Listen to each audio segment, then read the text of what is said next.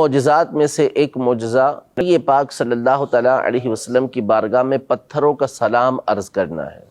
نبی پاک صلی اللہ تعالیٰ علیہ وآلہ وسلم کی ایک حدیث جو سیدنا علی المرتضیٰ کرم اللہ تعالیٰ وجہہ الکریم سے مروی ہے، اور یہ امام طبرانی نے اپنی اوسط میں اور امام بیہقی نے دلائل النبوہ کے اندر نقل کی ہے کہ حضرت علی رضی اللہ تعالیٰ عنہ ارشاد فرماتے ہیں کہ میں نبی پاک صلی اللہ تعالیٰ علیہ وآلہ وسلم کے ساتھ کسی مقام سے گزرا تو فجعل لا يمر على حجر ولا شجر الا سلم علیہ، کہ نبی پاک صلی اللہ تعالیٰ علیہ وآلہ وسلم جس پتھر اور درخت کے پاس سے گزرتے نبی پاک صلی اللہ علیہ وسلم کی بارگاہ میں وہ سلام عرض کرتے۔ اور اسی طرح حضرت جابر بن سمرہ رضی اللہ تعالیٰ عنہ سے حضرت امام ترمذی اور امام احمد بن حنبل رحمۃ اللہ تعالیٰ علیہما یہ روایت کرتے ہیں کہ نبی پاک صلی اللہ تعالیٰ علیہ وآلہ وسلم نے ارشاد فرمایا ان بمکۃ حجرا کان یسلم علی لیالی بعثت انی لاعرفہ الآن، یعنی آپ علیہ الصلوۃ والسلام ارشاد فرماتے ہیں کہ مکے میں ایک پتھر تھا کہ جو مجھے ان راتوں کے اندر سلام عرض کیا کرتا تھا جن میں مجھے مبعوث کیا گیا، یعنی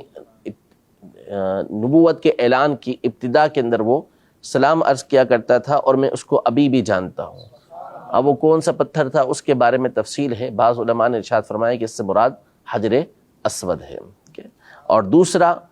تنے کا آپ علیہ السلام کی جدائی کے اندر رونا، کہ مشہور واقعہ صحیح بخاری صحیح مسلم کے اندر اور کئی کتابوں کے اندر یہ واقعہ موجود ہے کہ نبی پاک صلی اللہ تعالیٰ علیہ وآلہ وسلم منبر بننے سے پہلے کھجور کے ایک تنے سے ٹیک لگا کر خطبہ ارشاد فرمایا کرتے تھے۔ جب آپ علیہ السلام کے لیے منبر بنایا گیا، آپ علیہ السلام اس پر تشریف فرما ہوئے تو کسی چیز کے رونے کی آواز آنے لگی۔ جب غور کیا گیا تو معلوم ہوا کہ وہ تنا رو رہا تھا، وہ درخت کا جو حصہ تھا وہ رو رہا تھا۔ تو آپ علیہ السلام اس کے پاس آئے اور اس کو سینے سے لگایا۔ تو حدیث پاک کے اندر ہے کہ جس طرح بچے کو ہم سینے سے لگائیں جو بچہ رو رہا ہو اور سسک سسک کے بچہ آہستہ آہستہ خاموش ہوتا ہے، اسی انداز میں وہ تنا خاموش ہوا۔ تو اس کا رونا تھا۔ پھر اس کے بعد نبی پاک صلی اللہ علیہ وسلم نے اس پر کرم فرمایا اور اس کو جنت کے اندر اس کو لگوا دیں گے، اس سے وعدہ فرمایا۔ یہ صحیح حدیثوں کے اندر موجود ہے۔ تو یہ آپ علیہ السلام کے معجزات میں سے کہ اس تنے سے اس انداز میں گفتگو کرنا اور اس تنے کا نبی پاک صلی اللہ علیہ وآلہ وسلم کی جدائی کے اندر رونا،